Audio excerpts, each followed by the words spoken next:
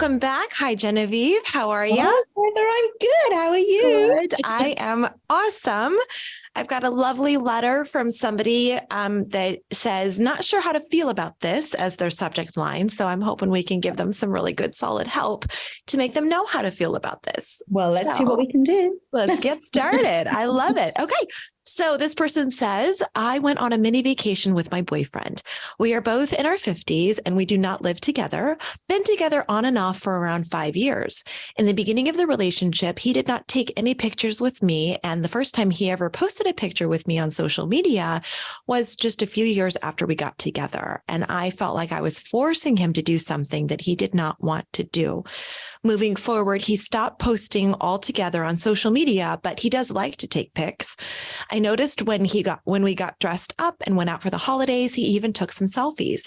On this mini vacation, since I'm always the one saying, let's take pictures together, I did not say anything, waiting to see if he would take any himself. He took no pictures of us at all, though he did take pictures and videos of sights and nature and even the sexy dancers at the show.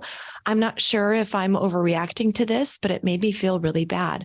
Why would he not want to have any memories of our trip together, of the two of us? I did see that he liked to take a lot of pics with his ex to the point where they had pictures from a professional photographer. Could it be that he does not find me as attractive? I know that I am just too old for this. And the more and more I feel like I would just be better off single and not have to worry about things like this altogether. Ooh. Wow. I know that's Oof. a tough one, but also a simple one. I don't know if you feel that way. This radiated some attachment work. This radiated communication style. This radiated just a few simple measures that she could do, in my opinion, to just simply ask some questions. Well, I was going to say, the anxiety that was radiating off of this letter was even making my blood start boiling a little bit, thinking, I just want her sat in front of me to say, breathe. Just breathe, because not everybody is a social media crazy or addicted or living their life through social media as potentially this guy. Maybe he had problems in his last relationship. He felt that with his previous partner, everything was on social media.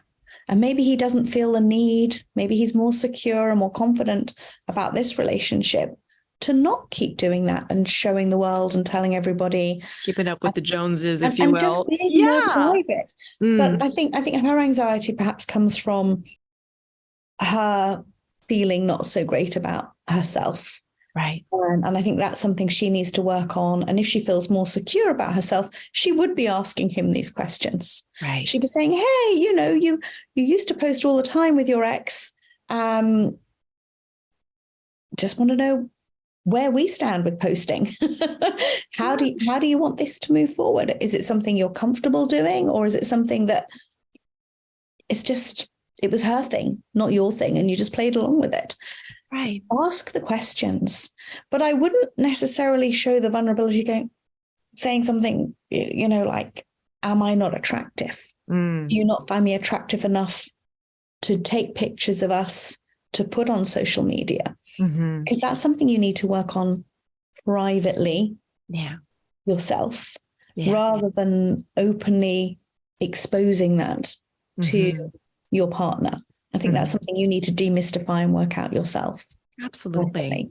So, I'm still processing this one. It's well, and it scares me when people actually, it's really sad that she feels this way. Absolutely. And there's a couple of, at the start and at the end. On and off for 5 years, we don't live together. Nobody's saying that you have to live together to be in a healthy relationship, but the on and off for 5 years.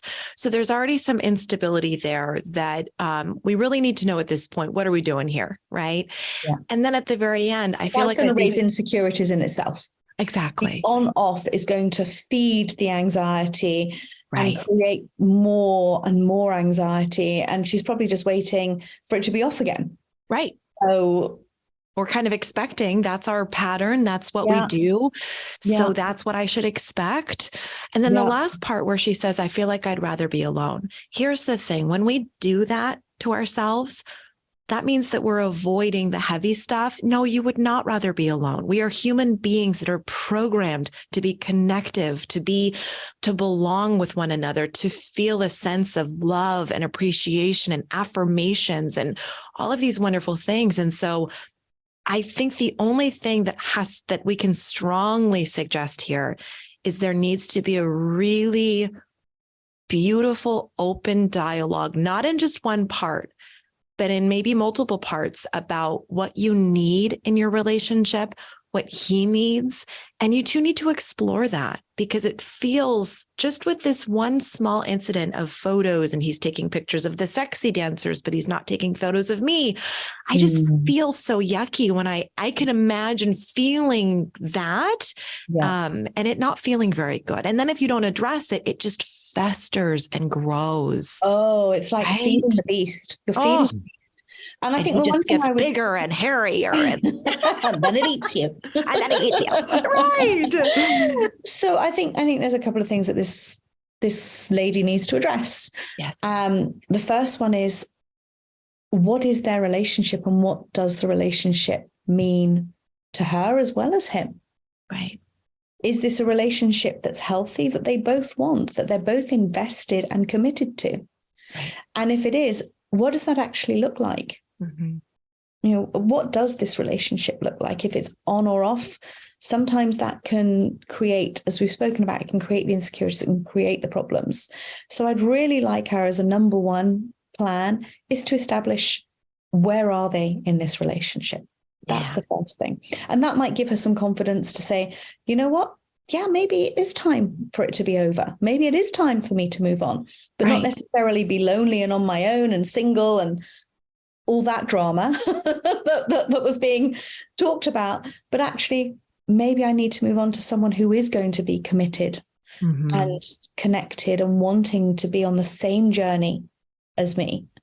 The second thing is for her to look at the anxiety and where it's really stemming from. Absolutely. Is it coming from this relationship? Is this a pattern that's been with her in every relationship she's been in, or in other areas of her life? Is this something that she needs help with? Right. So that's the second thing. Right. And the third thing is understanding the social media relationship that they both have with social media. And does she need him to be posting pictures of her for her to feel valid in this relationship? Is that what she needs for validation of her relationship with this guy? So I think she needs to look at what her relationship is with them together, her relationship with herself, and her relationship with social media and the validation around social media. So those are the three areas, I think, from my experience, that I would encourage her to take a look at. And I think it's interesting you've pointed out every single one of those kind of doesn't include him. It's all self-exploration and identifying who you are. And I think you're right. When we put so much emphasis on things that are maybe not the most important indicators of healthy connections, and I think we have to realize, okay, why is this bothering me? Why am I looking at another relationship of his? I've been with him on and off for 5 years. That means that relationship was probably a decade ago. He's a completely different person. His needs are different. Why am I freaking out? And take a breath and do some of that inner work to identify what you need to feel secure in yourself and in your relationship. And the one thing that I love about realizing, working with clients as long as I have, the big fat V word, vulnerability, is really scary, even in relationships with our partners. It's really powerful. It's so powerful. It is the most powerful thing that we can do. If we're vulnerable with ourselves, if we're vulnerable with our partner in an authentic way, not in a, I'm just going to have a complete breakdown way. Right. There's a difference between vulnerability and freaking out. Vulnerable and neurosis are two different things. So we need to make sure that what we're doing, we're doing it and having put thought into it and having worked out our feelings before we have conversations. She might, once she analyzes all of this, get my teeth back in, once the analysis has taken place, she might realize she's the one that's got to do some work. If she then sees that actually there are some things that she's uncomfortable with, write them down and then have a conversation with him. But when you write them down, it gives you the clarity. I'm a big one for writing things down and lists and everything else. But when you write it down, you're actually getting clarity and you're reading it back and saying, actually, this sounds ridiculous. Let me rephrase the answer to this already. Now I've got it here in black and white. This is kind of, what am I worried about? I mean, how many times have you written things down and then thought, and the problem is? What's going on here, really? And the thing that I love about men, in my experience and in my relationships and in my life, when we are able to come to that solution and kind of epiphany within our own self, and we're able to simplify our needs, and you sit down on the couch and you sit across from the man that you love and you lean in and you say, I love you. I need this from you. How can we make it happen? And a lot of times, if we give people the boundaries or the what we need, they're like, oh, I didn't know that about you. Okay. I didn't this has been bothering me. No, that's just too much. Let's not go there. Let's just go. I would love to explore this with you. What do you think? I've been thinking a lot about this, and instead of this is what you're not doing. It's, I need this. Can we work on that together? Give this person the chance to understand you a little bit, because they might not even know what's going on. They might not even be aware, right, of what your needs are. And I guarantee he probably has not a clue that you're feeling like this about this situation. And I love the way that you portrayed that conversation in such an emotional way. It was lovely. And I think that vulnerability without blame. Yes. Don't put the blame on anybody, not even on yourself or him. Take blame out of this conversation. And I think that's one of the things that as women, we don't do particularly well. And then we wonder why men don't react and respond particularly well. So it's one of these things that if you can learn the art of communication to get to the bottom of the solution that you're wanting to find, life's a lot easier. It's an awful lot easier. So I love your little way of doing it on the sofa, all snugly. After 20 years of marriage, man, I've learned that one is the best way that I can really nurture. I literally have seen a physical response in my relationship when, instead of saying, you don't understand, and this is difficult and it's hard for me, and he's like, I don't understand. What are you talking about? You're right. When I reframe it and I work on it and I think about it, and then I go to him and I just kind of communicate in a very loving, compassionate, kind of flirty way too, because I love flirting with my husband 20 years later. I still love him so, so much. And so it allows that opportunity for connection. And when we allow that and vulnerability. And the thing that I think we're so afraid of, because I do understand the other side of it. If I'm vulnerable and I do this and I get shut down, that's going to suck. How do I repair from that? But you know where you stand then. Yes. Good outcome either way. It's a win-win. It's a win-win. But also even if they do respond badly, you can be even more vulnerable and say, I wasn't expecting this response. I was hoping we could sit down and find a way forward positively together. Yeah.